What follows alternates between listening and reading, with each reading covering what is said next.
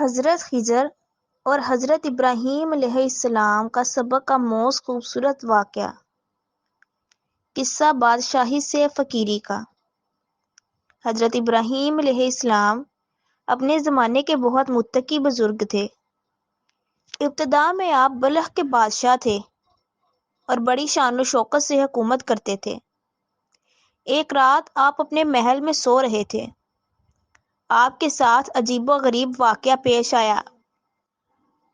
آپ کی آنکھ کھلی تو دیکھا کہ محل کی چھت پر ایک شخص ٹہل رہا ہے۔ آپ نے سپاہیوں سے کہا کہ اسے پکڑ کر لے آؤ۔ سپاہیوں نے اسے پکڑ کر آپ کے پاس پیش کیا۔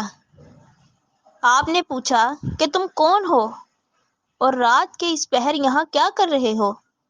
اس نے کہا کہ میں آپ کا دوست ہوں اور یہاں اپنا اونٹ تلاش کر رہا ہوں۔ آپ نے کہا کہ یہ کیسے ممکن ہے کہ شاہی محلات کی چھتوں پر اونٹ آ جائیں؟ اس آدمی نے جواب دیا، تو یہ کیسے ممکن ہے کہ آپ شاہی لباس پہن کر عیش و عشرت کے ساتھ محلات میں سوئیں اور آپ کو خدا مل جائے؟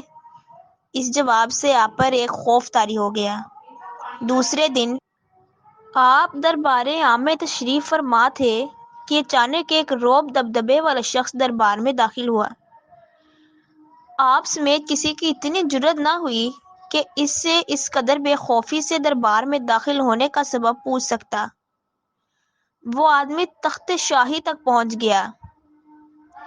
حضرت ابراہیم نے پوچھا کہ تم کون ہو اور یہاں کیوں آئے ہو؟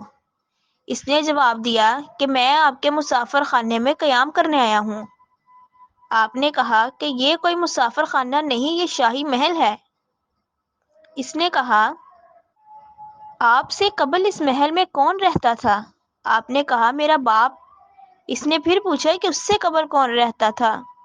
آپ نے کہا، میرا دادا۔ کئی پشتوں کا پوچھ کر اس نے کہا کہ آپ کے بعد یہاں کون رہے گا؟ آپ نے کہا، میری اولاد۔ اس نے کہا کہ پھر ذرا سوچئے کہ جس مقام پر اتنے آدمی آئیں اور جائیں اور کسی کا بھی وہاں مستقل قیام نہ ہو تو وہ جگہ مسافر خانہ نہیں تو اور کیا ہے؟ یہ سن کر وہ دنگ رہ گئے اور دوڑے اس شخص کے پیچھے گئے اور پوچھا کہ آپ کون ہیں؟ انہوں نے کہا، میں خضر ہوں۔ یہ سن کر آپ پر خوف طاری ہو گیا۔ آپ گھوڑے پر سوار ہو کر جانے لگے کہ آپ نے آواز سنی کہ ابراہیم، اس وقت سے پہلے جاگو جب تمہیں موت کے ذریعے جگایا جائے گا۔ چنانچہ آپ تخت و تاج سے دستبردار ہو گئے اور توبہ نصوح کے بعد اللہ کی تلاش میں نکل پڑے۔